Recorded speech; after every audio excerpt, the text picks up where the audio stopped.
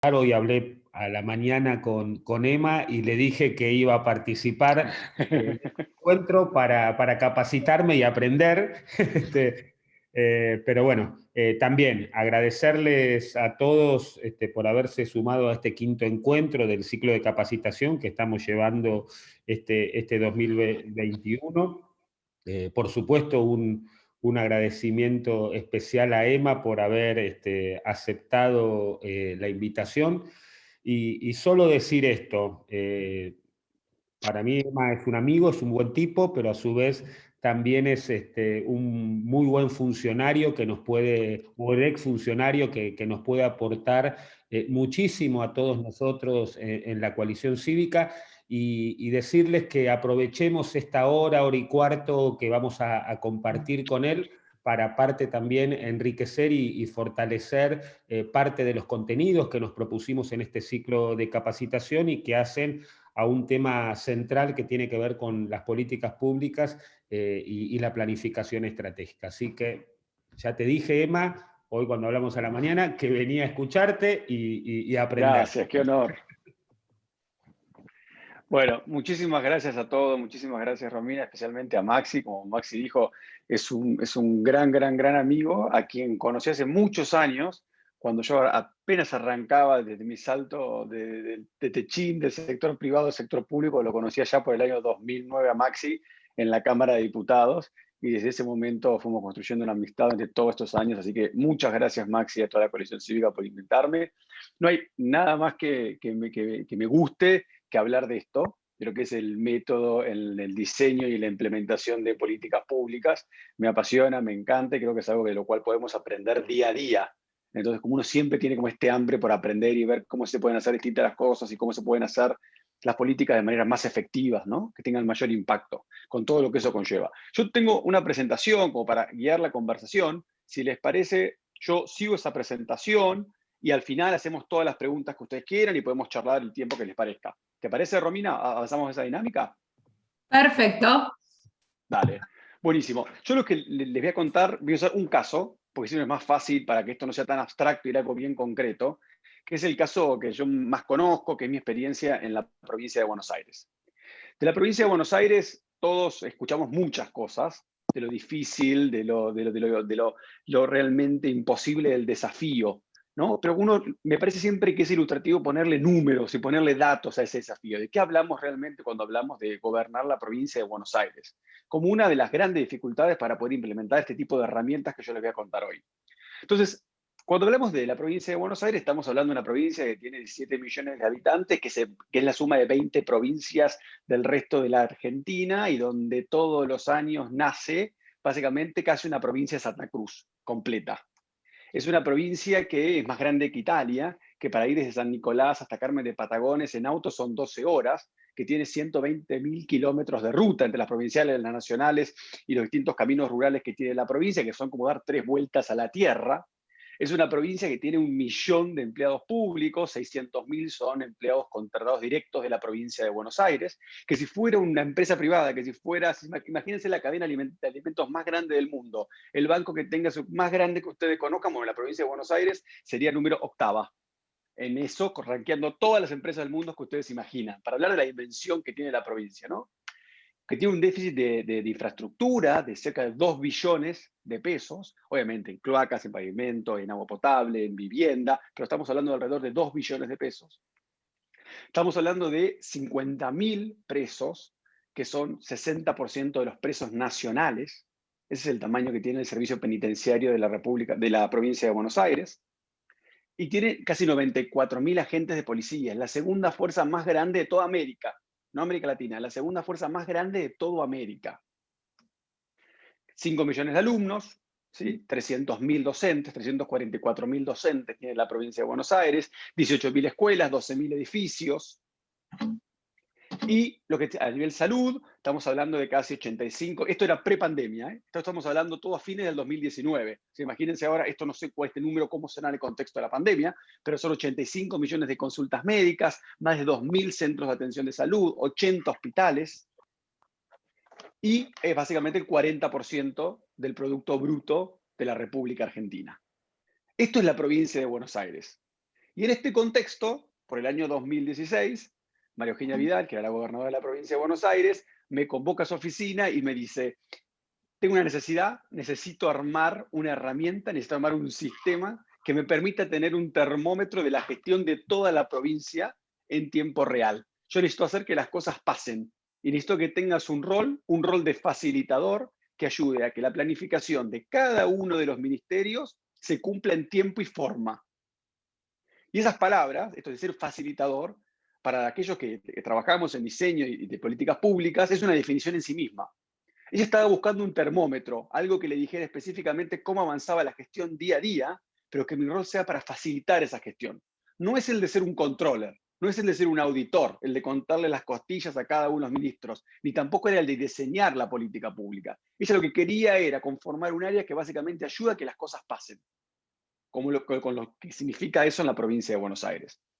Con esa visión, con ese objetivo, se armó este equipo, que es lo que llamamos un centro de gobierno o la subsecretaría de coordinación de la gestión en la jefatura de gabinete de ministros en la provincia de Buenos Aires.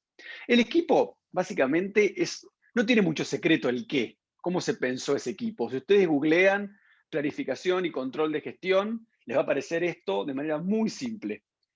El qué detrás de esta subsecretaría, un segundo, acá, tiene 4 grandes pilares, ¿no? Que es básicamente lo que sustenta el método. ¿Cuáles son esos 4 grandes pilares?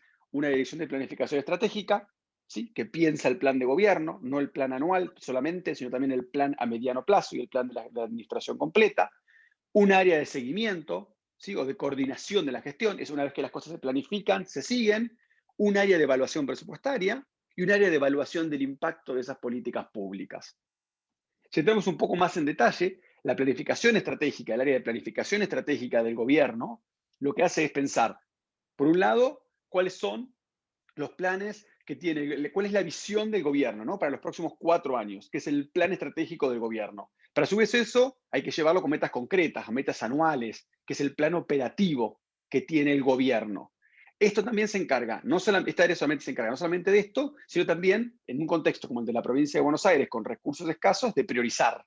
Porque obviamente hay muchísimas cosas para hacer. Y la mayoría de esas cosas son importantes.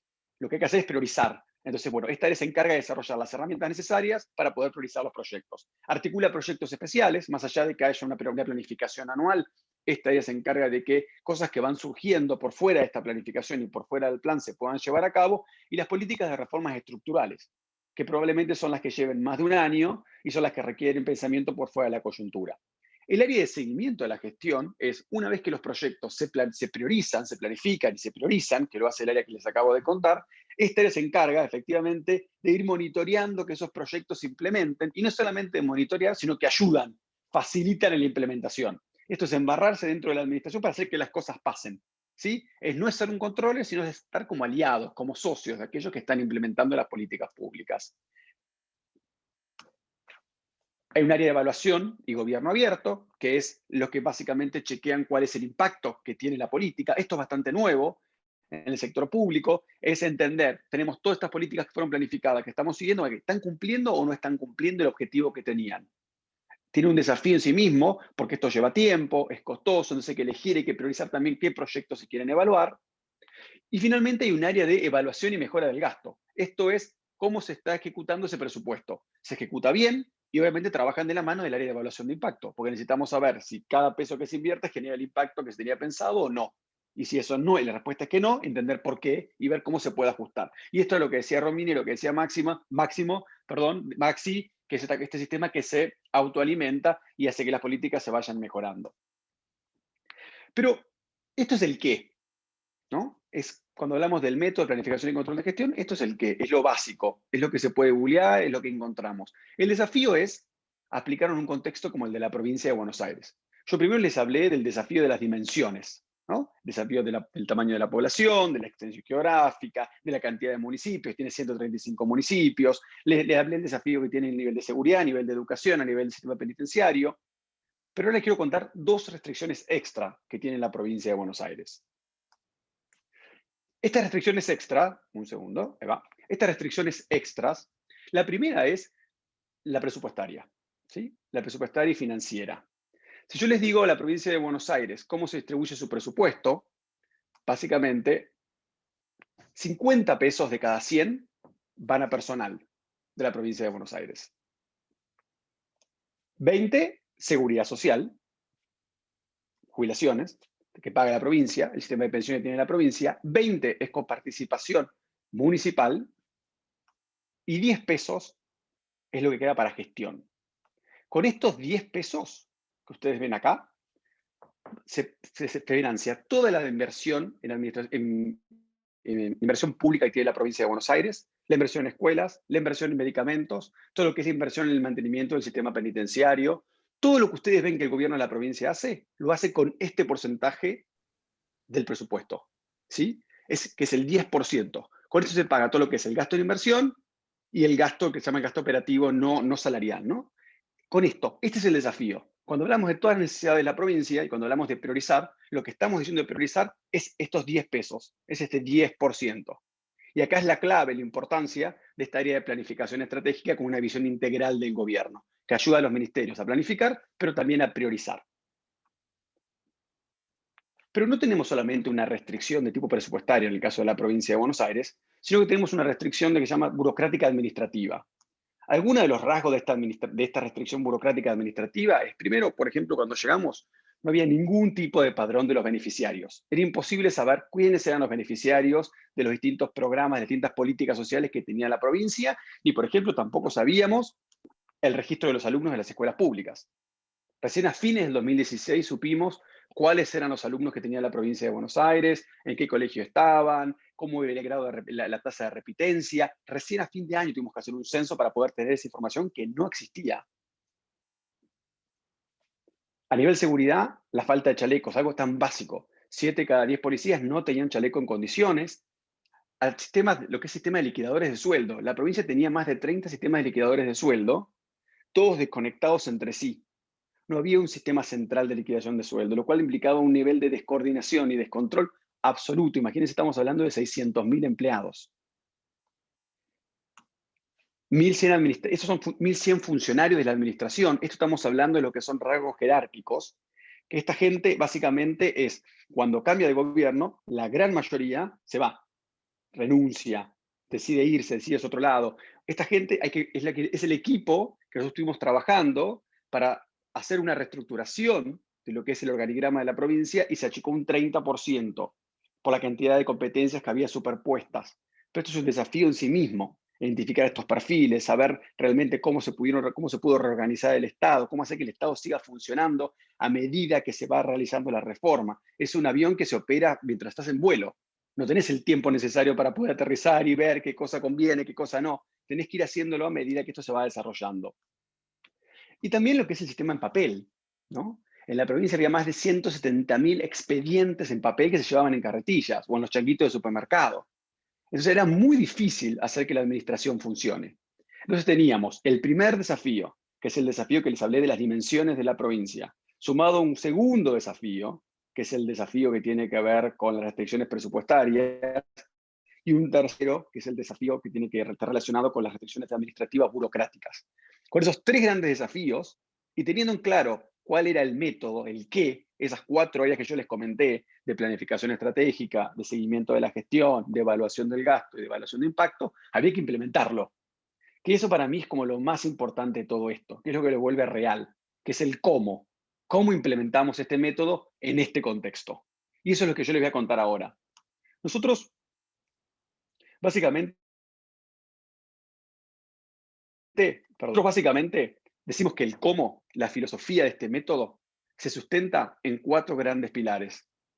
Por un lado es brindarle la información a aquellos que tienen que tomar la decisión para que puedan definir el norte de la administración, el norte de la gestión. Esto es el legado.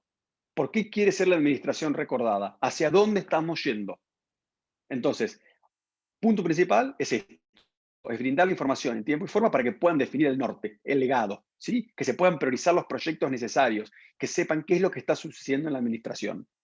El segundo pilar tiene que ver con estresar el sistema. Estresar el sistema es quién tiene la pelota, quién es el responsable de hacer que la cosa se mueva. Es la importancia del minuto a minuto, es la importancia de que las cosas sucedan y que haya alguien que sepa que tiene que levantar el teléfono para hacer que eso suceda o tiene que hacerlo, ejecutarlo él mismo. Pero es el valor del tiempo. El tercer pilar tiene que ver con facilitar la gestión, que para mí esto es fundamental, que es yo digo, el embarrarse, ¿no? Es esto de no es solamente controlar, es cuál es la razón por la cual este expediente nos está moviendo, es involucrarse en eso, es entender, es coordinar, es hacer que las partes se hablen, es entender qué es lo que está faltando, es entender qué es lo que genera conflicto, pero básicamente es empujarlo. Yo siempre decía que en la provincia, si una de las cosas la deja de empujar, ni siquiera se quedan en el mismo lugar, retroceden. Entonces todo el tiempo hay que estar empujando las cosas para que las cosas sucedan. Y el cuarto punto del cómo tiene que ver con esto de ser anticoyuntura. En este caso que estamos hablando, que es el de la provincia, uno normalmente tiende a saber cómo va, cuando arranca el día, tiene una idea de cómo va a ser su agenda. Bueno, esa normalmente nunca es su agenda, porque la coyuntura realmente es abrumadora. Entonces, uno tiene que ir ajustándose a lo que le va sucediendo, principalmente los ministros.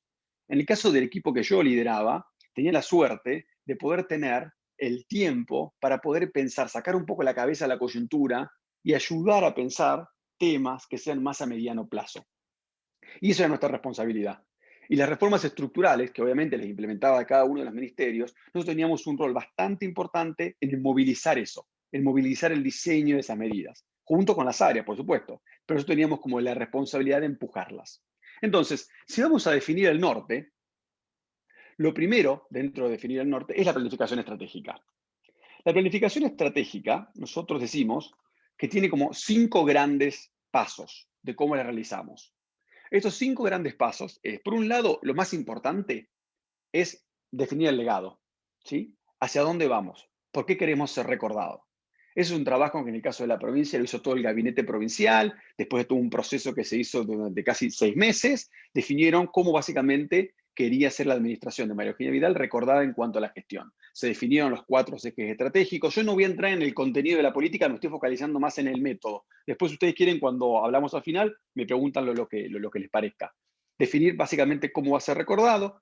Esa visión de la provincia nosotros la agrupamos en 4 grandes ejes de gestión, ¿sí? Pero una vez que tenemos los ejes de gestión, tenemos que empezar a definir los objetivos concretos para cada uno de esos ejes. Entonces, ¿cuál es el punto de partida, la línea de base y hacia dónde queremos ir? ¿Cómo queremos concretar ese objetivo dentro de los 4 años? Para concretar esos objetivos, dentro de cada uno de estos ejes que yo les comentaba, obviamente hay proyectos. Cada uno de los ministerios, en agosto, era el mes, antes de presentar el presupuesto, nos presentaba a María Eugenia, al jefe de gabinete que era Federico Salvay, a mí, al ministro de Economía, nos presentaba cuáles eran los proyectos que querían hacer de un año hacia el otro, o de los 4 años, para cumplir esos objetivos. Y todos nos presentaban de la misma manera, siguiendo la misma ficha que ustedes ven acá, ¿no? Que la ficha tenía datos que para nosotros eran fundamentales, que era de qué estábamos hablando, si era de un proyecto que tiene fecha de inicio y fecha de fin, o era de un programa, si estábamos hablando de una ampliación, de algo nuevo, o algo que era un arrastre del año anterior, cuál era la fecha de inicio y la fecha de fin, cuál era la población objetivo, que para nosotros era muy importante la población objetivo, cuál era el alcance concreto entre esa población objetivo, cuál era el presupuesto que iba a tener este programa o este proyecto, y si tenía un presupuesto plurianual. Entender eso después el resto de los años, cómo iba a impactar en el presupuesto de la provincia. También el origen de financiamiento, si tenía que ser financiamiento de la provincia, si tenía que ser financiamiento nacional o internacional, y qué tipo de iniciativa legislativa requería. Entonces, para volver, punto 1, legado, eje de gestión. Punto 2, dentro de cada eje, cuáles son los objetivos que nos planteamos dentro de cada eje. Punto 3 es, perfecto, sabemos cuáles son los objetivos, ahora cómo los logramos. Para eso necesitamos proyectos y programas. Esos proyectos y programas se presentaban de esta manera. Claramente lo que sucedía era que una vez que todos los ministerios presentaban sus programas cada agosto, sus proyectos, teníamos un exceso. Este caso es el caso del 2018, perdón. En este caso, en esta ronda, tenemos un exceso, la suma de todos los programas y proyectos. Si fuéramos a aprobar todos los que presentaron, porque eran muy buenos, estábamos excedidos en un 35% del presupuesto que la provincia podía gastar. Y recuerden la segunda restricción que yo les conté, que era la restricción presupuestaria, ¿verdad? Entonces teníamos un exceso. Bueno, ahí, con este exceso, teníamos que priorizar. ¿Cómo priorizábamos? La priorización nosotros la hacíamos con una matriz que teníamos, que la construimos con equipo durante todo el primer año, también en base a las experiencias, la fuimos ajustando, un poco lo que hablaba Romini y mencionaba Maxi. En este caso la matriz tenía 3 grandes ejes, uno tenía que ver con el impacto. era qué porcentaje de la población objetivo se ve impactada por esta iniciativa, o como mínimo más de 100.000 personas habíamos definido, qué visibilidad tenía en el territorio, cuál era el impacto territorial que tenía, la fecha de fin de ese proyecto, la factibilidad para que se lleve adelante. No es lo mismo un proyecto requiere una ley que si no lo requiere, qué tipo de proceso licitatorio requiere este proyecto, cuál era el desempeño del área en la experiencia anterior para ver si realmente se podía confiar 100% en esos tiempos o teníamos que pensar alguna otra cosa distinta, y cómo era el alineamiento que tenía este proyecto con el legado, con el punto 1. Cuanto más alineado está, por supuesto, más prioritario se volvía. Gráficamente, pasó directamente acá, gráficamente, la matriz que teníamos es una matriz con estas características que ustedes ven, donde en el eje de abajo, que es factibilidad, en el eje X, en el eje Y teníamos una que era el impacto, y luego cada uno de los proyectos tenían un rombo con un color, que eso indicaba cuán alineado estaba con el legado que se había definido para los 4 años de gobierno. Entonces, lo ideal siempre era que un proyecto o un programa tenga alto impacto, alta factibilidad y alto alineamiento con el legado. Entonces quedaban en la zona más verde, que ustedes ven en la punta arriba a la derecha. Esos proyectos, es lo que nosotros llamamos proyectos A+, que son los proyectos súper prioritarios del gobierno, los que se tienen que hacer sí o sí. El SAME, por ejemplo, era un proyecto A+. Era un proyecto que tenía el financiamiento, era un proyecto que se tenía que llevar a cabo no importara qué sucediera. Y es un proyecto que al principio le costó los primeros 6 meses empezar a entender el territorio y saber cómo desplegarse y cumplir los tiempos y entender el vínculo con los municipios. Y fue un proyecto que fue evolucionando. Y del 2016 al 2017, cuando se renovó todo el presupuesto y se avanzó de manera mucho más fuerte a nivel territorial en la provincia, se usó básicamente la experiencia, se hizo sobre la experiencia que habíamos tenido en el 2016. Como este programa, también estuvo todo el plan de guardias, el plan de renovación de la policía, el plan de reforma de la policía, y así hay varios ejemplos que entran en esta categoría de proyectos A+, que son los verdes de la punta, ¿no? Alto impacto, alta factibilidad y alto alineamiento con el legado. A medida que nos vamos corriendo, van a ver que hay prioridad A, que son los proyectos que ya tienen o menos impacto o menos factibilidad o menos alineamiento, prioridad B. Para nosotros A+ era financiamiento asegurado del gobierno de la provincia, A era financiamiento priorizado, pero dependía de que se ejecute en tiempo y forma. Si el proyecto por alguna razón no se ejecutaba en tiempo y forma, bueno, ahí había otros proyectos que estaban como en la prioridad B, que eran los que podían subir y darle el espacio presupuestario. Eso también genera los incentivos necesarios para que todo esté alineado, ¿no? Y finalmente, una vez que teníamos estos proyectos priorizados, recuerden de los 1.100 y pico proyectos que yo les comentaba, cuando pasamos por toda esta matriz, nosotros convertimos esos 1.000 y pico proyectos en proyectos A+, proyectos A y proyectos B.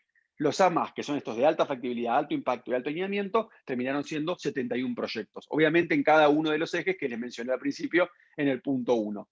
Y cada uno de estos, esto es como se ve, todo lo que yo les venía contando. Cada uno de los pasos del 1 al 4 se ve de esta manera. Así lo veíamos nosotros. Este era como yo veía básicamente todos los viernes, que era mi revisión semanal de todo el gobierno, de esta manera. Yo veía por eje, por subeje, por prioridad y por cada una de las áreas, cada proyecto, cuál era, cómo estaba y qué cosas teníamos que ir resolviendo.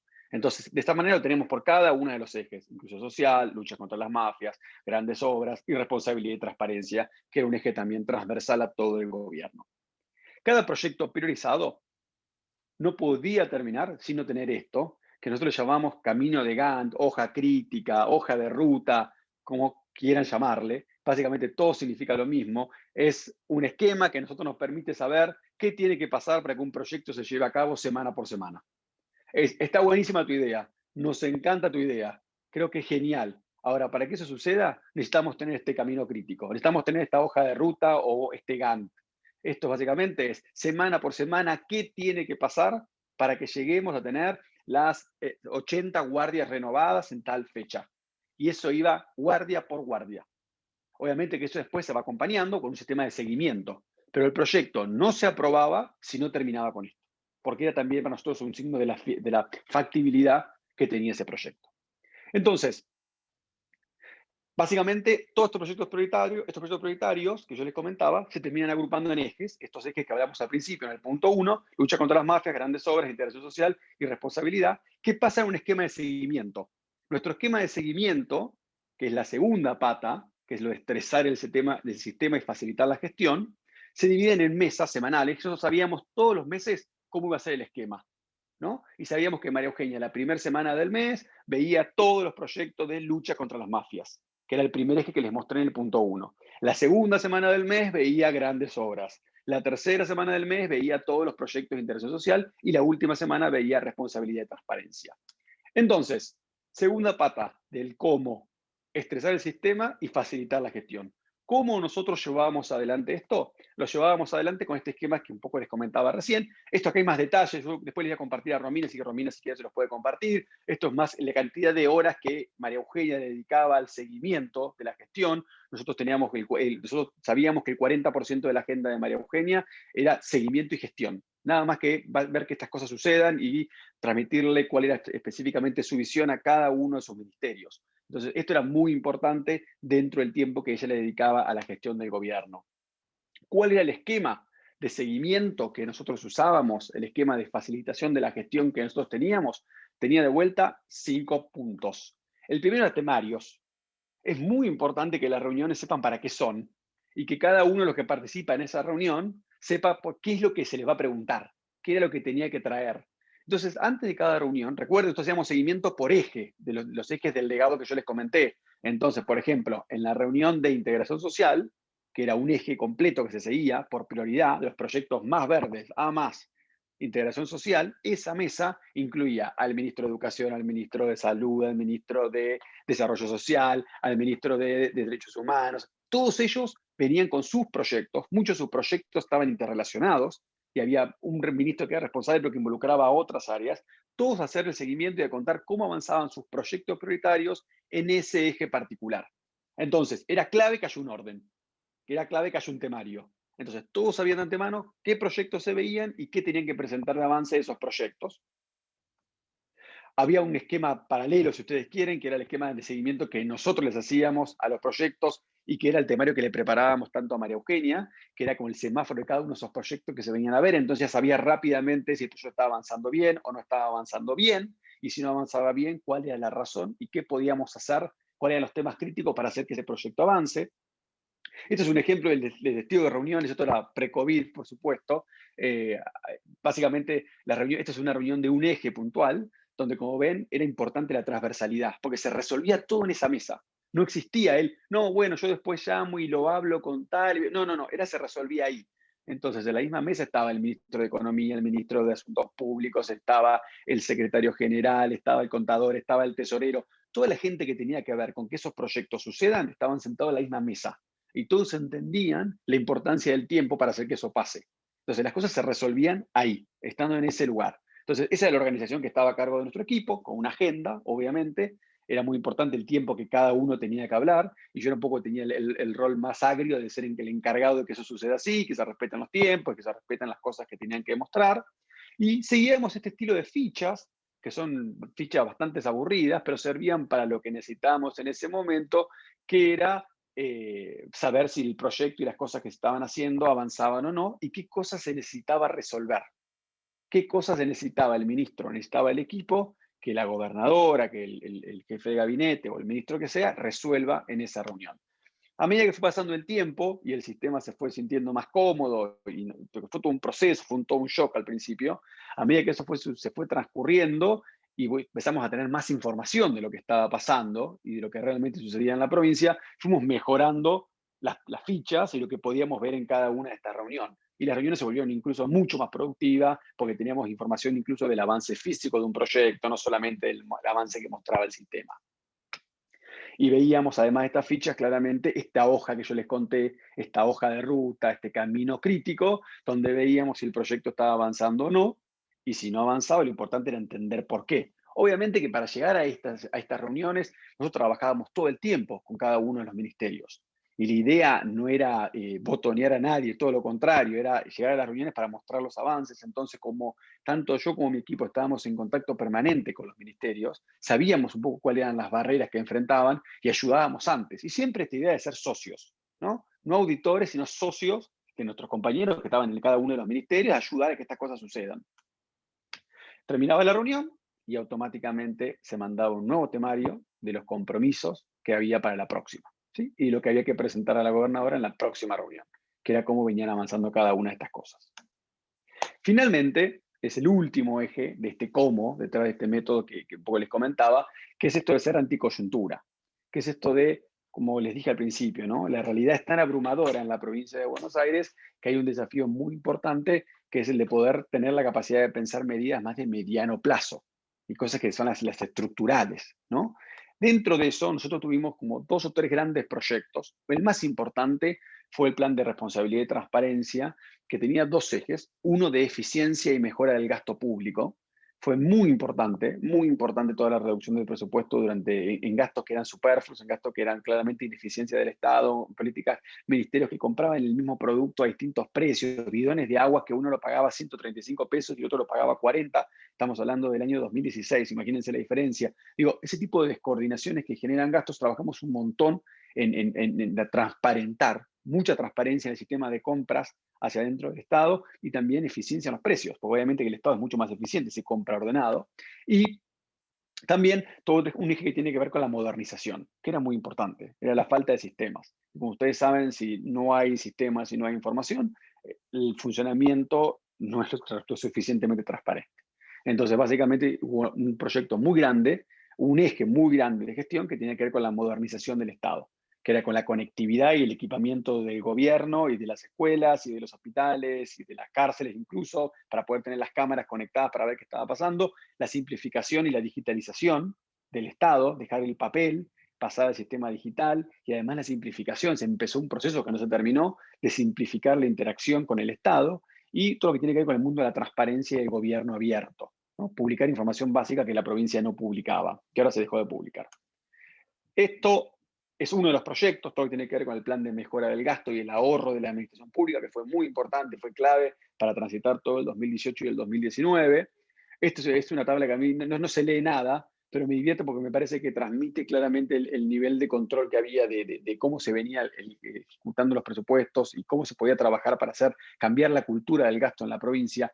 Esta tabla muestra las columnas, que no se puede leer, las columnas son cada uno de los ministerios, y las celdas que son horizontales es el gasto, cómo se divide el gasto de ese ministerio, el presupuesto. Y lo que está pintado en verde es una de las pantallas que yo tenía, que era que básicamente había un proyecto para transformar la cultura del gasto en ese punto, en ese punto de ese presupuesto de ese ministerio. Entonces la idea era ir pintando todo el presupuesto en verde, que significaba que estábamos trabajando con cada ministerio, con cada punto de su presupuesto, en cómo mejorarlo, en cómo cambiar la cultura del gasto.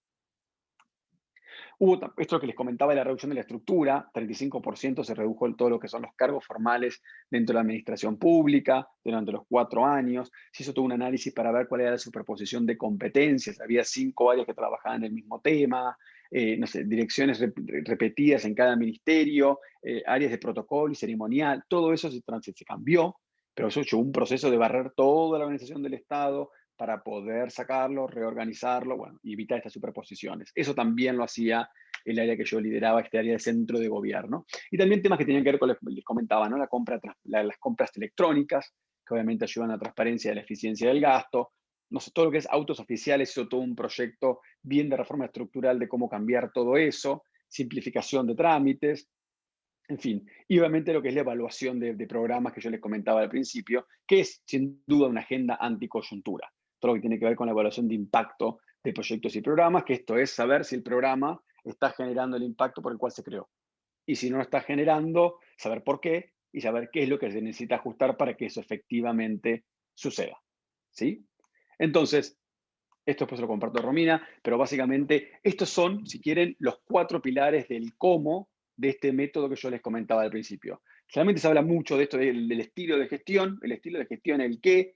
Entonces, para resumir, tiene estas 4 grandes áreas, que es un área que ayuda a planificar estratégicamente, esto a pensar cuál es el plan de gobierno para los próximos 4 años y el plano del año que está vigente, lo que se llama el plan operativo, priorizar esos proyectos, saber qué es efectivamente lo más importante para hacer. Yo les conté cómo era el proceso de priorización que nosotros hacíamos en función de cuán factible era, cuál era el impacto y cuál era el alineamiento que tenía. Una vez que esos proyectos están priorizados, cómo se sigue esa hoja de ruta o camino crítico, se ve cómo el proyecto se está implementando, se evalúa el presupuesto, cómo se está ejecutando ese presupuesto y el impacto que tiene. Eso es el qué del método que yo les comentaba. Ahora el cómo ¿Cómo se implementa eso en un contexto tan desafiante como la provincia de Buenos Aires?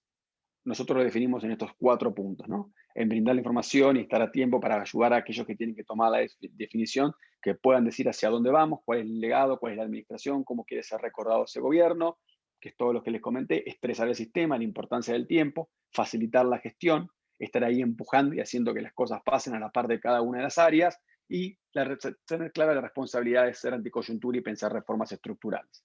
Para mí todo esto es posible con 2 o 3 cosas. La primera es obviamente la importancia de tener un equipo que entienda el rol que tiene dentro del gobierno.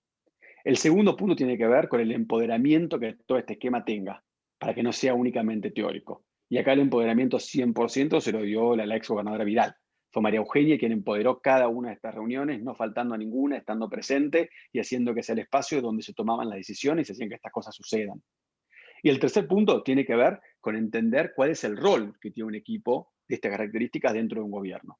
Que eso para mí requiere de muchísima humildad, que es, este equipo no diseña la política pública, no la diseña, no la implementa, este equipo está para facilitar. Para eso están los ministerios, que son realmente quienes saben de las políticas públicas que tiene que llevar adelante en cada una de esas áreas. Esas son un poco mis conclusiones. Bueno, y espero haber sido claro, Romina, en estos minutos de ¿qué queremos decir nosotros cuando hablamos de nuestro método de gestión, ¿no?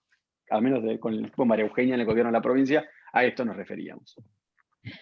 Te digo que más que claro las repercusiones que se fueron dando a medida que ibas charlando y que por ahí van llegando ahora por mensajes son más que contundentes. Más que nada porque, nada, primero gracias, Emma, porque No, por realmente favor. es método, es teoría y también es experiencia, que es también lo vital, digo, es poder bajar un poco aquello que por ahí muchas veces vemos y esto de poder empoderarlo, de poder realmente, lo último que decías, la reflexión del equipo, de poder realmente concretarlo y llevarlo adelante. A mí, en lo personal, esta cuestión de las variables de impacto y factibilidad me parecen sumamente importantes en el marco en general, no solo de estar en la gestión, sino de empezar a pensarnos desde la política pública, a veces cuando estamos como cuando son concejales, cuando están desde otro poder del Estado, o simplemente ciudadanos que quieren empoderar. Digo, me parece que ahí también está bueno para traerlo. Ahí hay algunas personas que me preguntaban por privado, igual ahora voy dando la palabra a medida que levanten la mano, no hay problema, así pueden dialogar con Emma. Pero nos decían, bueno, el tema de la información, ¿no? Digo, ¿cuánta información Clave, es clave, ¿no? Como para poder hacer un doble clave. clic ahí, que ustedes Te encontraron cuento, sin info, eso. nada, nada, nada. No encontramos nada de nada de nada. Y de hecho, lo que hicimos al principio fue, cada ministerio tuvo un par de semanas para poder entender qué era lo que habían encontrado, qué era lo que estaba vigente, qué era lo que necesitaba. Porque lo peor que podía pasar es que te enterabas de las cosas cuando las cosas explotaban. O sea, te enterabas de las cosas cuando un programa dejaba de funcionar, cuando un proveedor te llamaba y te decía que no iba a proveer más ese servicio. Te enterabas siempre cuando ya era tarde. Y eso es desesperante, es terrible.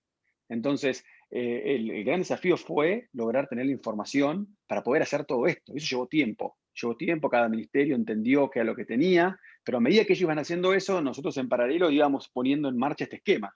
Y siempre teníamos en claro hacia dónde queríamos ir con este esquema. Sabíamos cuál era el norte, pero teníamos que ir ajustándolo a la realidad propia que estaba sucediendo en la provincia. Entonces, fue un desafío muy grande. E incluso una vez que logramos tener como una idea clara de cuáles eran todos los proyectos, cuáles eran todos los programas, seguir avanzando en estas cosas básicas que yo les comentaba. No sabíamos al principio la cantidad de alumnos que teníamos, ni dónde estaban los alumnos. Era muy difícil saber el estado de las guardias, era muy difícil saber el estado de las escuelas, era muy difícil saber todo, no había nada. Entonces, era como que no teníamos ni la información macro ni la información detalle de los proyectos y los programas. Entonces, eso fue todo un tiempo, fue un desafío y se invirtió mucho, mucho tiempo y mucho recurso durante los 4 años para lograr tener un sistema de información, saber efectivamente cómo viene gastando un programa, cómo viene gastando un proyecto, entender cómo se compra. Esto que yo les comentaba de los sistemas de compras electrónicas, para que básicamente se puedan comprar la misma resma de papel al mismo precio en todo el gobierno. Y para que, digo, cosas básicas que no estaban y que son muy importantes con el tamaño que tiene la administración pública, ¿no? Es una responsabilidad del Estado eso. Así que llevó tiempo, llevó mucho tiempo y sin duda es fundamental. Faltó. Los sistemas de liquidadores el sistema que yo les comentaba de liquidación de haberes. Yo tengo en mi casa, que me lo regalaron, lo tenía en la oficina, y es un disquete que me regalaron cuando llegué, que fue cuando empezamos a hacer toda la transformación del sistema de liquidación. Al principio, en la provincia se liquidaban los sueldos con un disquete, que las computadoras ya no vienen más para eso ahora. Las computadoras ya no existen más. Si te dan un disquete no sabes dónde ponerlo. Pero bueno, en ese momento se liquidaban con disquete en la provincia. Y bueno, nada, eso se cambió, se creó un sistema electrónico, donde básicamente las cosas se pueden controlar, surgieron un montón de superposiciones, surgieron un montón de cosas que se fueron modificando y corrigiendo. Pero sí, el primer dato es tener la información. Si no tenés la información, es muy difícil implementar todo esto, ¿no? No, tremendo. Me imagino, digo, esto que pasó con la provincia de Buenos Aires, el trabajo que hubo atrás, y en el medio, ¿cuántas provincias todavía ni siquiera se lo plantean? Digo, me imagino, digo, Santiago del Estero, digo, como nada. Le doy la palabra a Tony Caldentey, que levantó la mano. Tony. Bueno, Emanuel, primero agradecerte y felicitarte todo lo que has hecho en estos 4 años de gestión de María Eugenia, que yo creo que fueron excelentes. Y la pregunta es, yo creo que vamos a volver.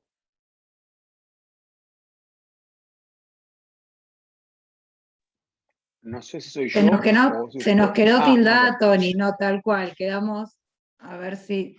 Bueno, avanzamos con Mónica y después a ver si Tony vuelve. Tony, sí. Y si no, que lo ponga en el chat y lo leemos. Si no Dale, tiene... tal cual. Vamos con Mónica, a ver, hasta que. Ustedes Hola. Me parece que Hola, está Tony Mónica. por ahí, a ver.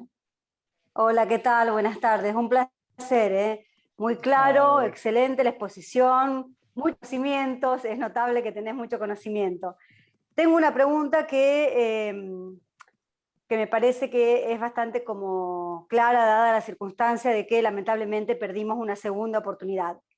¿Eso también se evalúa en la práctica? Porque vos dijiste que se evalúan obviamente las obras, tal vez las que más le llega a la gente, de mayor impacto, ¿no? La que pueda ser la más factible, pero en cuanto a lo político, ¿también se evalúa el tema? Porque lamentablemente vemos que hay tantas obras que quedaron por la mitad y no sabemos si se van a concluir, y bueno, quedamos con todo eso a medio hacer, y nos faltó, no sé si nos faltó, o sea, esa es la pregunta. ¿Realmente hubo un estudio de eso que podemos hacer, que la gente lo viera, lo sintiera y que realmente lo volcara a votarnos otra vez? Gracias. Sí, el estudio estuvo hecho, el estudio estaba hecho y claramente cada obra tenía su razón de ser y tenía su tiempo y su fecha de maduración. Digo, estaba todo eso, estaba analizado. Creo que hubo razones mucho más grandes que hicieron que cada votante priorizara otra cosa, dado lo que estaba pasando, ¿no? Pero digo, eso estaba contemplado. O sea, sin duda, digo, cada plan estaba trabajado además con los municipios, digo, estaba todo considerado, en qué momento efectivamente se tiene que terminar, cuáles eran los proyectos que eran de una administración y que continuaban en la siguiente. Pero creo que la situación desbordó en otro sentido, ¿no? Creo que no fue por una cuestión del plan, sino que fue la situación económica básicamente lo que hizo que mucha gente se sintiera no representada por lo que estábamos ofreciendo nosotros en el 2019 después. Después viene la discusión, ¿no? Cómo prioriza cada uno y todo eso. Pero claramente estaba contemplado. La tenemos a Tony de vuelta, a ver si podemos escuchar. A ver, Tony. Espera que se está. Activate el. Hola. Ahí está. ¿Ahora? Sí. Bien. Bueno, muy cortito. Primero, felicitarte, Emanuel, porque fue excelente lo que nos regalaste en tu exposición y nos viene, es como una ayuda para poder seguir adelante. Yo soy no convencida de que vamos a volver a ser gobierno, no lo dudo. La pregunta concreta es, estos 4 años perdidos de los que habíamos ganado, ¿los podemos recuperar y seguir este plan que había planteado María Eugenia, que me parece excelente para nuestra provincia? Gracias, Tony. Muchísimas gracias por tu comentario. Yo creo que hay cosas en la provincia, María Eugenia lo dice bastante esto, ella también lo está de acuerdo. Hay cosas en la provincia que ya no van a tener un marcha atrás, que fueron tan fuertes porque la lograron abrazar, si querés, lo lograron tomar aquellos que son los beneficiarios de ciertas políticas, que eso no va a ir marcha atrás. El SAME, por ejemplo, todo tiene que ver con la reforma de la policía, el equipamiento de la policía. Digo, hay cosas que ya el sistema las incorpora como propia, porque la incorporó los beneficiarios, ya lo consideran un derecho como siempre debió haber sido, ¿no? Pero ahora ya se considera efectivamente un derecho eso. Entonces creo que eso lo va a proteger la gente. Lo único que no se va a volver para atrás es lo que protege a los beneficiarios, es lo que protege la gente. Es lo único que siempre tiene la garantía de la sustentabilidad. Después, lamentablemente, está sujeto a los vaivenes de la política. Pero por eso para nosotros siempre era muy importante, bueno, que el beneficiario efectivamente sienta cuál es el beneficio de lo que estamos haciendo, porque es el que lo va a proteger, es el que garantiza la sustentabilidad. Y después las cosas, habrá otras que sí, que tendremos que volver a hacer un esfuerzo extra, pero nada va a ser tan duro como fue en el 2015, ¿no? Veremos qué nos encontramos en el 2023, pero yo creo que no va a ser tan duro entender el funcionamiento de lo que fue el gobierno de la provincia de Buenos Aires y lo que encontramos en diciembre del 2015, que fue realmente terrible. Gustavo Gracias, Charlie. Moreno. A ver, fíjate si activas el audio. ¿Me escuchan? Sí. Bueno, buenas tardes.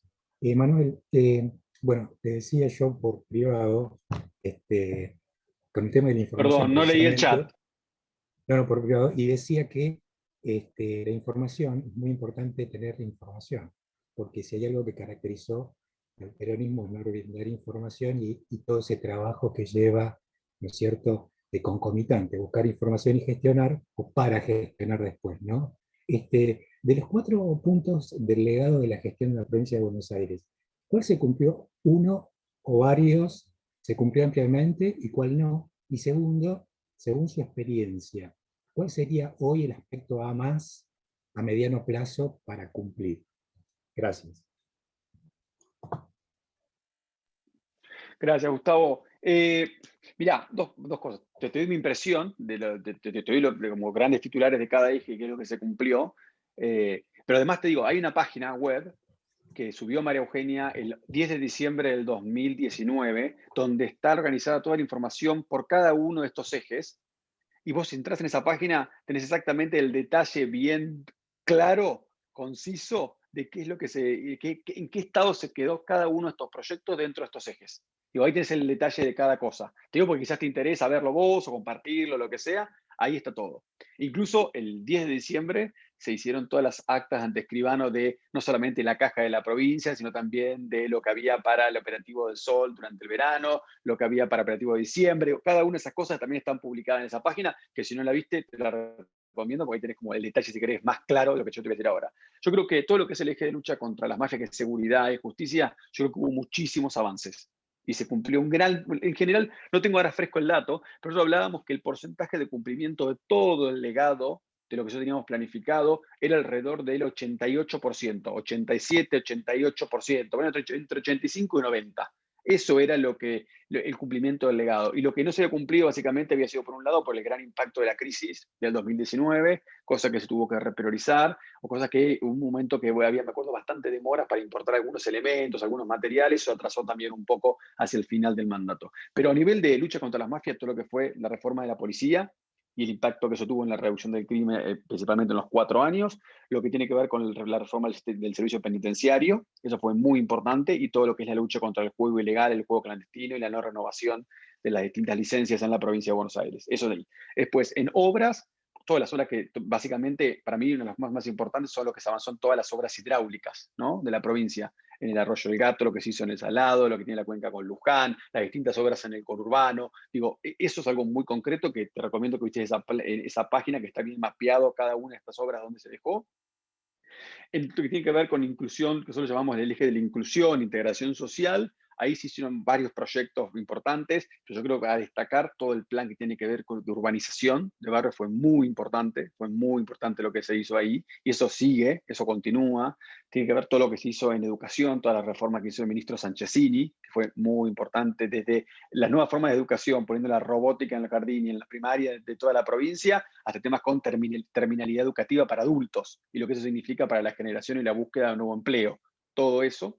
Después, en salud, sin lugar a dudas, el SAME fue un logro realmente impresionante de todos estos 4 años de gobierno. Las guardias nuevas, todas las guardias que fue la priorización que se hizo, arrancar por el corazón del hospital y se arrancó por las guardias, que esto básicamente no era solamente la infraestructura de la guardia, sino tiene que ver con el sistema de atención, vos llegabas, te anotabas, te daban este sistema que se llama triage, no sé si lo conocen, que son los semáforos según en qué estado de salud estás, entonces te priorizan según la gravedad, pasas al semáforo rojo. Digo, la atención dentro del hospital era muy importante, y después en lo que es responsabilidad y transparencia en lo transversal, yo te diría que el plan de mejora del gasto fue claramente un proyecto de los A más, o el más importante, de los logros que tuvo, porque nos permitió llevar adelante la ejecución de estos proyectos durante todo el 2019 y la mitad del 2018.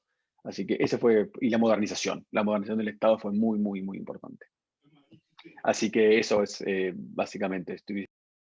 Ana Lehmann.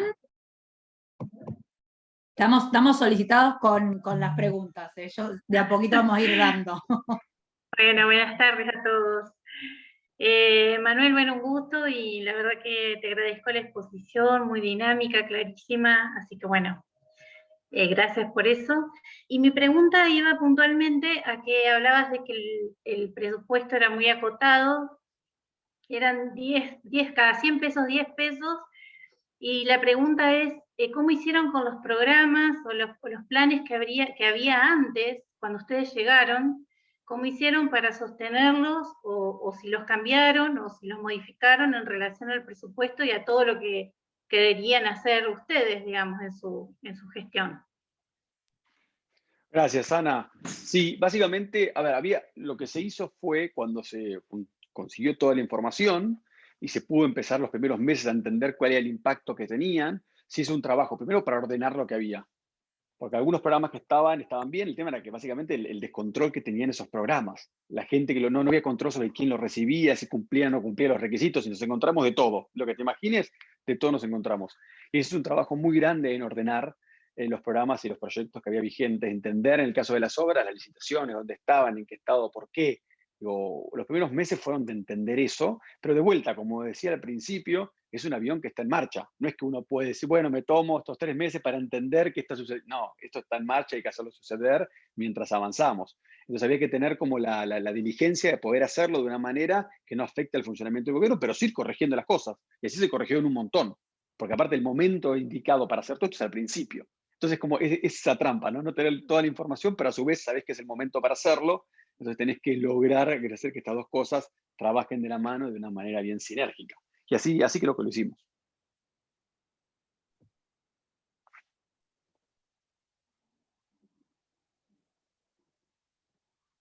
Romina, creo que estás muteada, ¿eh? Muy bien, Edu Arcangeli, genial, gracias. Gracias, Romina. Bueno, buenas noches. Bueno, en principio, Manuel, quería agradecerte porque me pareció muy bueno lo que pudiste contar respecto a tu experiencia y también lo que nos transmitiste del método y la teoría. Eso para mí me parece muy valioso. Y a mí se me ocurría preguntarte algunas cosas, ya estuviste respondiendo, me anoté hace un ratito, y son 2 preguntas que a lo mejor las puedes responder. O lo que puedas. Vos recién enumeraste, también se me ocurrió preguntarte sobre qué dificultades se encontraron en la implementación de esa planificación estratégica. Sé que ya se expresó la económica y se expresó también la cuestión de la falta de datos o de información. Si se te ocurre alguna otra que a lo mejor tuvo más peso que esas o el mismo peso que esas, que ya son bastante, me parece, fuertes. Y lo otro es si en el caso que como se expresó también, en el caso que se volviera a ganar la provincia del año 2023, si aplicarías el mismo método que estuviste explicando en este momento o corregirías algunas cuestiones al método, digo, no sé que pueden ser otros temas, o no sé, ¿qué pensás al respecto? Gracias, Emanuel. Gracias, Eduardo. Buenísimas las preguntas. Con respecto a la primera, a las dificultades, yo creo que sin duda las dificultades administrativas fueron las más difíciles y desgastantes, ¿no? El diseño del gobierno, de la provincia, con estos organismos de control de rango constitucional, hacen que claramente haya que entender bien las misiones y funciones de cada una de estas áreas, para entender efectivamente qué es lo que cada uno aporta en todo el sistema de control, ¿no? Y lograr que eso funcione de una manera coordinada. Eso me parece que, sin lugar a dudas, el sistema, las barreras administrativas fueron muy difíciles, y todo el diseño administrativo de la provincia. María Eugenia siempre cuenta que ella al principio firmaba hasta el nombramiento de creo que eran, ella decía, creo que eran hasta maestros, que los maestros titulares los nombraba también el gobernador, o en lo que es no sé si conocés la estructura más pública, pero lo que era una especie de un director de línea, también lo nombraba el gobernador. Tiene que hacer todo el trámite, los decretos, para lo que sea, para que recién sin lugar a dudas, las barreras administrativas fueron muy importantes. Todo lo que tiene que ver con infraestructura, las licitaciones internacionales, cómo la provincia, el gobierno de la provincia trabaja con los organismos internacionales, también es muy complicado. Entonces, vos necesitas ejecutar esos préstamos en obras que son fundamentales, que son cruciales, que te cuenta el día a día, y estás trabado semanas y semanas porque te piden una cosa que el gobierno no tiene, y cómo lo haces para responder. Digo que realmente es muy desgastante todo ese proceso. También hubo algunos temas, como algunas barreras fueron más políticas, ¿no? Implementación en algunos municipios, o temas que requerían algunas leyes o alguna ordenanza, entonces eso tenía su propia complicación. Nos pasó en algunos municipios que fue más difícil. Con algunos trabajamos muy bien, pero con otros nos costó. Hubo también, estoy pensando, ¿no? Dificultades, la información sin lugar a dudas fue una de ellas. También hubo temas de equipos. Eso fue otra cosa que no mencioné. El equipo fue mejorando. Fuimos conociendo más el gobierno, fuimos entendiendo más, fuimos generando mejor sinergia con la línea. Entonces eso lleva tiempo. Entender quién es quién dentro de la organización, cómo se organiza el equipo. Digo, eso también es un desafío. Entonces, sí, nosotros teníamos un seguimiento mensual que hacíamos con el gabinete, donde mostrábamos el legado que yo les comentaba de los 4 ejes, cómo venía el cumplimiento. Y mostramos cómo debería ser el cumplimiento teórico, ponle la curva acá, el cumplimiento teórico, el cumplimiento real, o lo que sea, la distancia que sea. Y lo que mostrábamos era la diferencia, y tratábamos de explicar la diferencia. Entonces teníamos como indicadores, que eran estas barreras que vos preguntabas, que eran las barreras administrativas, las barreras legales, las barreras que tenían que ver con temas de liderazgo de equipo, las que tenían que ver con la política, distintas, las económicas, sin lugar a dudas. Más allá de la restricción presupuestaria, cuando se devaluaba fuertemente el precio, eso impactaba en todos los programas, en todos los proyectos, entonces eso también generaba un impacto. Entonces tratábamos de entender las razones y lo medíamos mes a mes, esto que te acabo de contar vos. Y esto es muy importante porque, lo interesante, obviamente uno necesita saber la información, necesita saber por qué no se cumple, pero lo más importante es ver cómo lo vas a revertir. Entonces siempre para mí era, ok, perfecto, hay una traba administrativa, burocrática que es, ok, perfecto, yo no le puedo llevar eso a la gobernadora si yo tengo una propuesta, necesito entender cómo lo voy a resolver. Entonces, ¿cuáles son los caminos para resolverlo?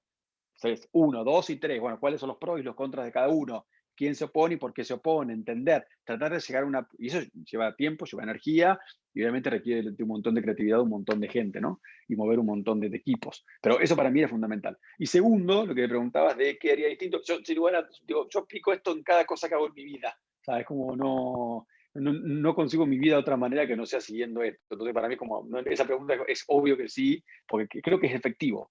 Y lo hago no por una cuestión de dogmático, lo hago porque funciona. Funciona, es efectivo y funciona en todas partes. Funciona en el sector público grande como en la provincia de Buenos Aires, funciona en la ciudad de Buenos Aires, funciona en un municipio, funciona en una empresa. Digo, funciona.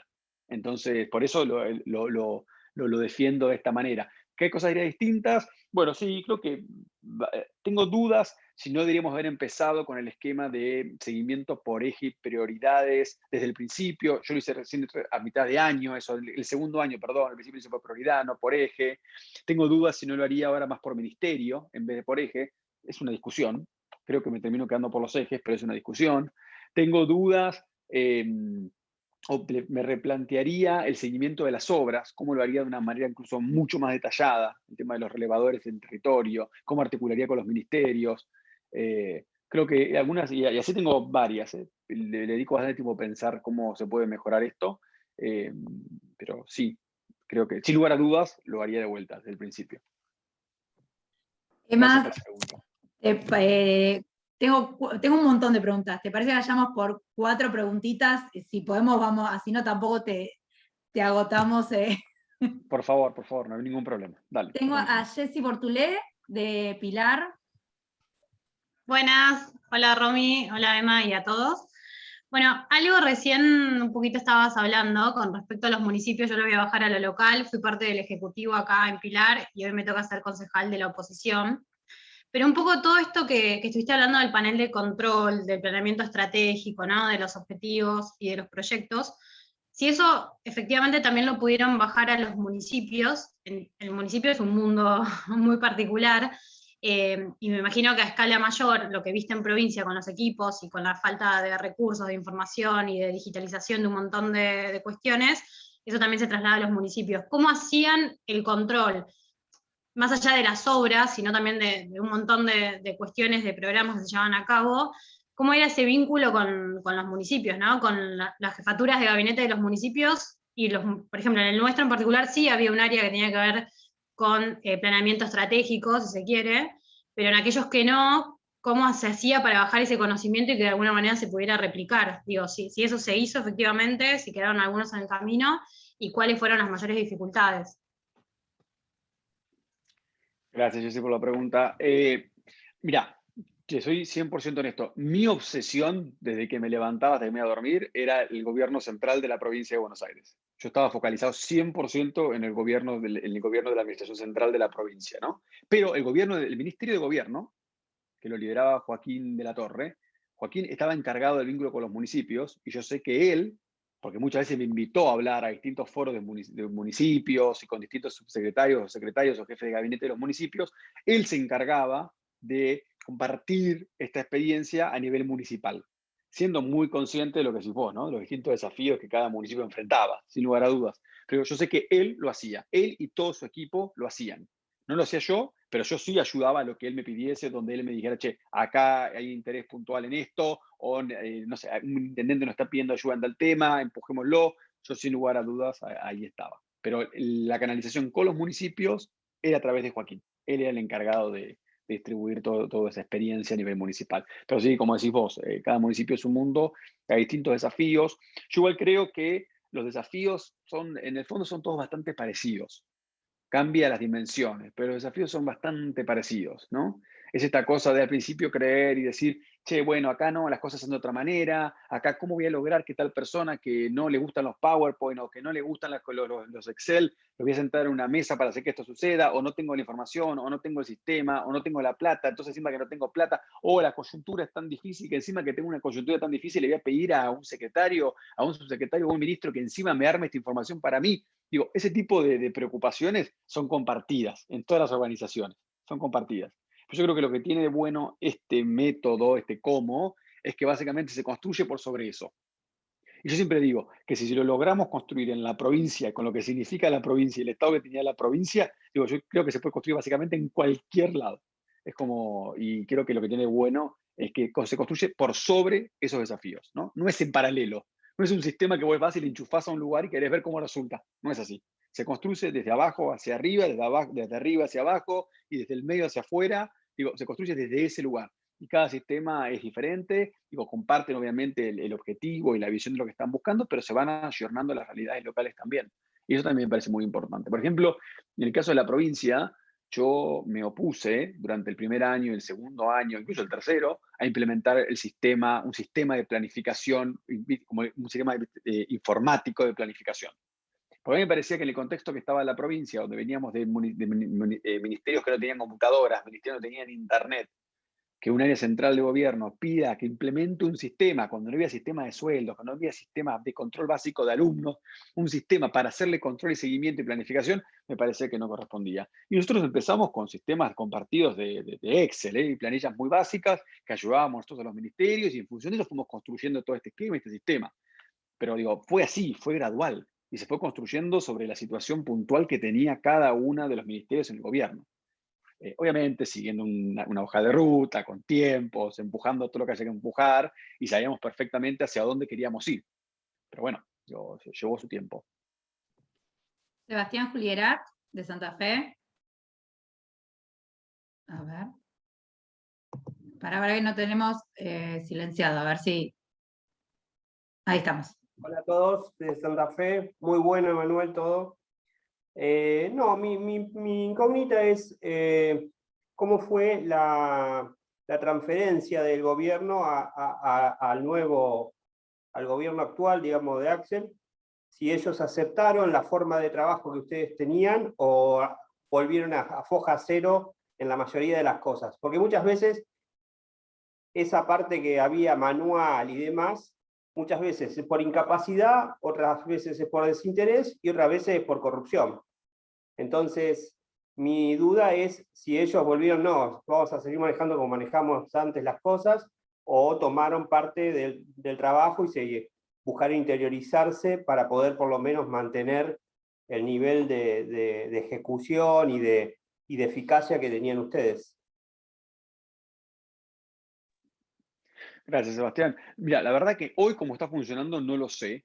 Yo lo que sí te puedo decir es que hasta el 10 de diciembre a la 1 de la tarde estuve con todo el equipo que me reemplazó a mí y a todo mi equipo, con ellos trabajando hasta último momento. Insisto, hasta el 10 de diciembre, hasta la 1 de la tarde, estuve ahí haciendo la transición. Nosotros estuvimos encargados de coordinar la transición de todo el gobierno. O sea, cada ministerio lo hizo individualmente, pero la central la hicimos nosotros y transferimos todo todo nuestro esquema de laburo, como se los estoy contando a ustedes y con muchísimo más detalle a ellos. Al principio había un poco más de desconfianza de qué era lo que estábamos haciendo y qué era esto, qué sé yo, y después al menos hubo mucho interés. No sé finalmente qué es lo que hicieron, la verdad. La verdad que no sé, desconozco. Creo que la estructura está, no sé cómo está funcionando, la verdad que desconozco. María Cristina, ahí te activo el audio. Hola, buenas tardes. Sí, yo me enfocaba de nuevo con el tema de los municipios. ¿Cómo hiciste para reorganizar? Porque yo creo que cada municipio también es un mundo y cada uno tiene sus problemas, como para que se acoplen y trabajen todos juntos. Y eso nos llevó mucho tiempo para que aprueben algunas obras que son provinciales también y municipales en conjunto, ¿no? El tema de educación también, vos lo planteaste y me hace ruido, porque yo sé que estaban atrasados en Buenos Aires y como acá en Córdoba también, y me imagino que es una problemática grande ponerlos a todos a un nivel que se pueda trabajar bien. Y me gustaría saber, en un promedio del 1 al 10, ponele, ¿cuánto pensás que llegaron ustedes a hacer de lo que se proponían? Gracias, María Cristina. Con los municipios, nosotros tuvimos como experiencias distintas. Trabajamos con algunos municipios, obviamente con los municipios trabajamos, con los propios, con los que eran de Cambiemos, trabajamos perfecto con todos, y con los opositores, con algunos trabajamos muy bien también. Nosotros hicimos proyectos de urbanización con algunos municipios opositores, varios, y el SAME en varios municipios opositores también, y trabajamos muy bien. Obviamente hay excepciones y son públicas. Eso fue muy difícil y no se pudo, y ahí eso realmente es una pena, porque los perjudicados es la gente, ¿no? Es el ciudadano. Eso sí. Pero varió por proyecto, pero generalmente, digo, trabajamos muy bien. Hubo excepciones, sin lugar a dudas, que intentamos todo lo que estuvo a nuestro alcance para hacer que eso suceda. Fue como el SAME, por ejemplo, en La Matanza. Hasta último momento intentamos llevarlo, y es increíble, es incomprensible, pero bueno, no quisieron. Pero en general trabajamos bien. Hubo otros municipios como, no sé, Almirante Brown, Compañero Cascallares, trabajamos los proyectos que teníamos con ellos, los trabajamos muy bien. Urbanización de barrios, el SAMI y otros. Obras hidráulicas en otros municipios también, de la primera sección electoral. Digo, trabajamos sin problema. Hubo algunos que fueron la excepción. Y me habías preguntado algo más, que creo que no era eso, ¿no? Eran municipios. Sí, vamos con la última pregunta. Igual quedaron bastantes, y así que seguramente después te esté volviendo a charlar a ver si te querés sumar a un nuevo encuentro. Pero vamos con Agus Bertuzzi para cerrar esta instancia. Buenísimo. Hola Romy, hola Emma, gracias por tu exposición, la verdad súper clara, buenísimo contar con todo eso, y me parece que con mis compañeros acá chateamos cuando arrancaste, decíamos inviable gobernar eso, y luego con todo ese enfoque que le daban, de alguna manera como que se hacía posible, así que bueno, te agradezco por toda la info. A mí me interesa preguntar algo muy puntual, ya que me enteré que fuiste profe de Romy, de Economía del Comportamiento, preguntarte si quizás fue algo que vos te encontraste al querer diseñar alguna política o implementar alguna política que tuviera que ver con modificar la conducta de las personas, si te encontraste con eso que dicen, que yo creo que es real, de un país que tiene bastante poco apego a la ley, donde parece no funcionar el esquema clásico de conducta esperada, castigo, ya sea por la falta de control o por otras variables, digamos, más culturales de nuestra sociedad. Si ante eso propusiste de alguna manera o se propuso algún approach desde la economía del comportamiento, como algún Nacho o alguna de estas herramientas que nos da esa ciencia, y si pensás incluso más desde la teoría, que es digamos, con todos los desafíos que tiene la provincia y nuestro país del bajo presupuesto, que es un enfoque interesante para pensar las políticas públicas. Gracias, Agus, gracias por la pregunta. Para el resto, no sé cuán familiarizados están con lo que es la economía del comportamiento, pero se lo resumo en 10 segundos. Básicamente, lo que dice como toda esta corriente de diseño de políticas es que al momento de tomar decisiones somos bastante irracionales. Básicamente tenemos un montón de cosas que suceden en nuestra mente que nos distraen de poder cumplir objetivos que tenemos concretos. Desde pagar a tiempo las expensas de nuestra casa o suscribirnos al gimnasio y efectivamente ir todos los días que pagamos para el gimnasio o llevar a cabo una dieta y poder respetar la dieta. Digo, hay un montón de cosas que realmente se nos es muy difícil cumplir por más que digamos que lo queremos hacer, y nuestra manera de tomar las decisiones tenemos algo que llaman sesgos, que son los que nos distraen de ese objetivo. ¿Sí? Sesgos de distintos tipos, sesgos que tienen que ver con que normalmente no es más fácil hacer lo que siempre hacemos, sesgos que tienen que ver cuando tenemos muchas opciones, preferimos elegir la que tenemos más adelante que nos parece más simple, sesgo que si alguien nos dice que nos da una opción predeterminada, preferimos ir con la opción predeterminada porque ¿para qué la vamos a cambiar? O si toda la gente que pertenece a un grupo que nosotros nos referenciamos lo hace de la misma manera, creemos que esa es la norma de hacerlo, finalmente decidimos hacerlo igual que este grupo, ¿no? Entonces, lo que planteaba Agustín es, hay distintas maneras de, sabiendo que los seres humanos tomamos decisiones con estas limitaciones, que se pueden intervenir en estos sesgos que nos distraen de nuestra meta, de nuestro objetivo, para aumentar el impacto, ¿no? Y eso está probado en distintas áreas, desde que tienen que ver con temas de salud, temas de educación, temas de recaudación de impuestos, recaudación tributaria. Digo, hay distintas áreas donde esto se ha probado y funcionó.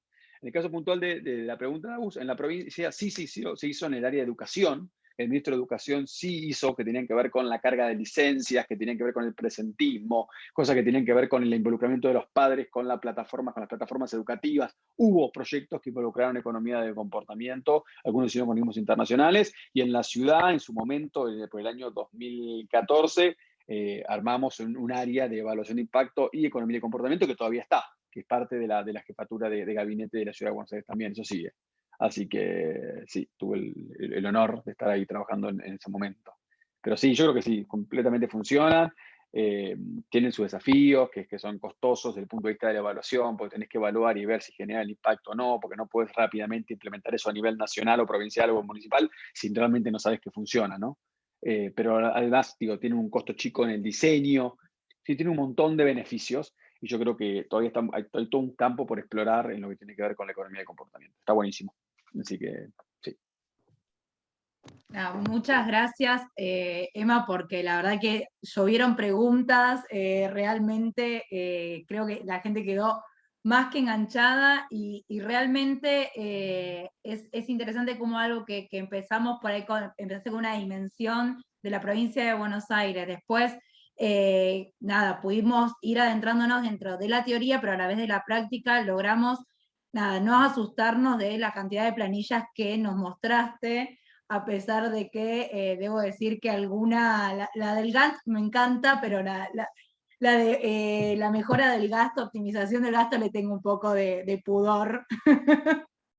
La eficiencia del gasto sin duda es algo a trabajar mucho en la administración pública, como el resto de las cosas, pero nada, realmente agradecerte, creo que nos empezamos a adentrar y empezamos a entender el universo que significa realmente gestionar, de la importancia de esto que decís, de a veces apartarse de la coyuntura. Yo creo muchas veces en nuestras dinámicas nos dejamos llevar por eso y de repente terminamos corriendo.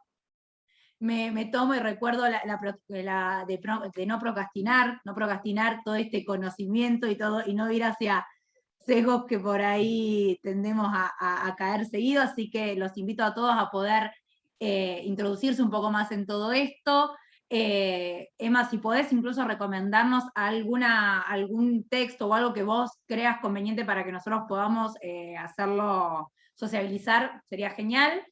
Agradecerte nuevamente por este tiempo, agradecerles a todos. Nada, Emma, no sé si querés darnos un mensaje final. No, pero nada, simplemente agradecerles. A mí me encanta hablar de esto, como dije al principio, me encantan las preguntas Creo que eso es algo que esto, pero creo que lo más importante es la intención, ¿no? La intención de lo que está atrás, que era hacer que las cosas pasen. Y esto funciona, digo, con una buena intención y para ser bien concreto y pragmático y un excelente empoderamiento. Porque la única manera de que todo esto se vuelva real es con empoderamiento, y en este caso el empoderamiento lo había dado la gobernadora María Eugenia Vidal, que fue la que facilitó que esto básicamente suceda, todo esto se convierta en realidad y deje de ser un PowerPoint. Así que gracias a todos ustedes por la invitación, estuvo muy, muy, muy bueno y a disposición para cuando quieran, nuevamente. Muchísimas gracias, Emma, muchas gracias a todos, nos vemos el 28 de mayo con Iván Petrella para hablar un poco de inteligencia artificial y nada, las aplicaciones nuevas que estamos teniendo. Así que, chicos, muchas gracias a todos. Hasta luego. Nos vemos. Hasta luego. Gracias.